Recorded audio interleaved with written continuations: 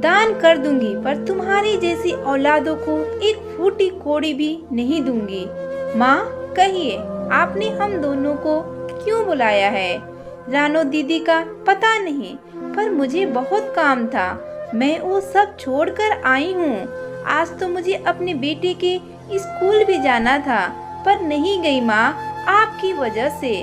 सानो ने अपना पर्स सोफे पर रख लापरवाही से अपनी सैंडल उतारते हुए कहा, तो रानो चिढ़ते हुए बोली, क्यों सानो जी, आपको ऐसा क्यों लगता है कि सिर्फ आपके पास ही काम है? बिजी तो मैं भी बहुत थी। मुझे तो परिवार के संभालने के साथ ऑफिस भी जाना होता है। तुम्हारी तो सरकारी नौकरी है, आराम से छुट्टी ले लो।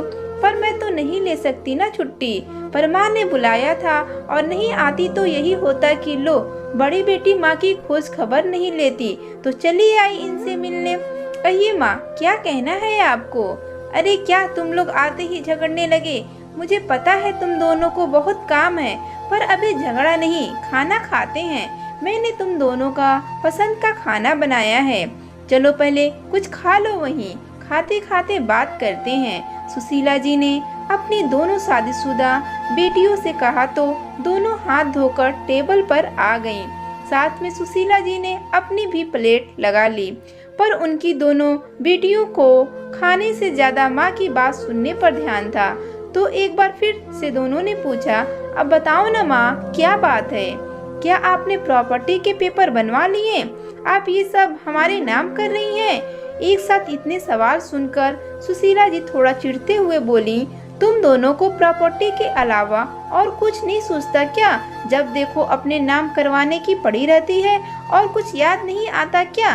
कभी बिना वजह अपनी माँ से मिलने आ जाया करो, या कभी यूं ही बिना वजह हमारे हालचाल पूछ लो।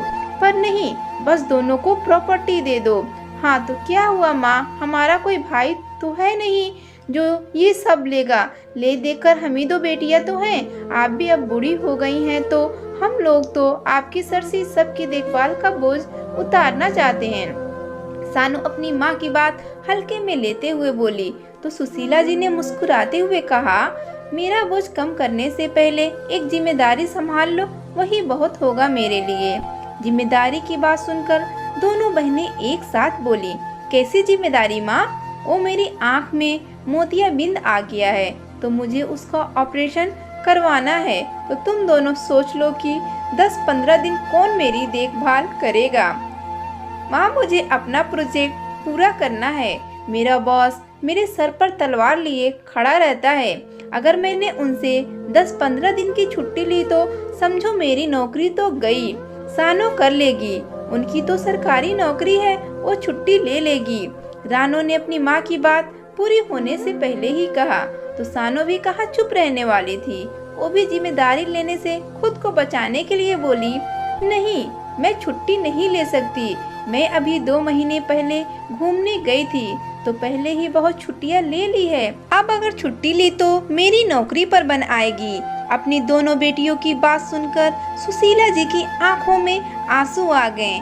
जिन्हें छुपाते हुए वो थोड़ा कड़क होकर बोली, तुम्हारे पापा कहते थे कि एक बेटा और होना चाहिए बुढ़ापे में देखभाल करने के लिए, पर मैंने उनसे हमेशा यही कहा कि बेटियां बेटों से कम नहीं होती, वो भी हमारी देखभाल करेंगी। और उन्होंने मेरी बात मानकर तुम्हारी परवरिश में कोई कमी नहीं छोड़ी, तुम्हारी हर जिद हर तमन्ना पूरी की, तुम दोनों को अपने पैरों पर खड़ा किया ताकि तुम लोग किसी के अधीन न रहो, अपने फैसले खुद ले सको, हमारी देखभाल कर सको। पर शायद हमारी परवरिश में कोई कमी रह गई, जो तुम लोगों ने अपने पापा के जाने के बाद मुझे नहीं, इस प्रॉपर्टी को अपना माना। तुम लोग अभी जब मेरी 10-15 दिन देखभाल नहीं कर सकती, तो भगवान न करे अगर मैं बिल्कुल असत हो गई तो तुम लोग तो रुपया पैसा लेकर मुझे सड़क पर छोड़ दोगे। इसलिए आज मैंने एक फैसला लिया है, जब तक मैं जीवित रहूंगी हमारे घर की नौकरानी लक्ष्मी मेरी देखभाल करेगी। बदले में मैं अपनी वसीयत में ये घर और कुछ पैसे उसके नाम कर जाऊंगी, और बाकी की सारी चल अचल संपत्ति किसी अनाथ आश्रम को दान कर दूंगी। पर तुम्हारी जैसी औलादों को एक फूटी कोड़ी भी नहीं दूंगी। दुनिया में सभी लोग कहते हैं कि बेटियां बेटों से ज्यादा सेवा करती हैं, कभी बेटी बनकर तो कभी बहू बनकर।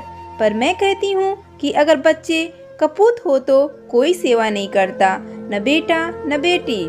आज मुझे सिर्फ एक कहावत ही सही लग रही है कि बाप बड़ा न भैया, सबसे बड़ा रुपया। और अब उन्हीं रुपयों के दम पर मैं अपनी सेवा करवाऊंगी, वो भी दूसरों से। चलो, खाना खत्म हो गया हो तो निकलो इस घर से और लौटकर कभी मत आना। मैं अपने मरने से पहले अपनी अंतिम यात्रा की भी व्यवस्था करके मरूंगी, ताकि कोई तुम दोनों को बताए भी नहीं कि मैं इस दुनिया में नहीं रही। अपनी माँ की बातें सुनकर दोनों बेटियां हक्की बक्की सी मुंह खोले रह गईं। उन्हें तो अंदाजा भी नहीं था कि हमेशा माँ की सेवा न करने के लिए उनके बहाने आज उन्हें इतने भारी पड़ेंगे। पर अब वो कर ही क्या सकती थीं। इसलिए दोनों चुपचाप हारी जुआरी सी अपनी माँ के घर से निकल गई। दोस्तों, हम हमेशा कहते हैं कि बेटों से बेटियां ज़्यादा अच्छी होती हैं, होती भी होंगी। पर अगर किसी को सेवा नहीं करनी, अपने माँ बाप की इज्जत नहीं करनी, तो वो नहीं करेंगे, फिर चाहे वो बेटी हो बेटा। इसलिए बेटा बेटी के फेर में न पड़ें, दोनों को अच्छे संस्कार दें, ताकि वो वक्त पड़ने पर आपकी चिंता करें, आपकी प्रॉपर्टी पर नज़र न रखें। कहानी अच्छी लगी तो वीडियो को लाइक कीजिए और चैनल पे नए हैं तो चैनल को सब्सक्राइब करना ना भूलें। Thank you for watching.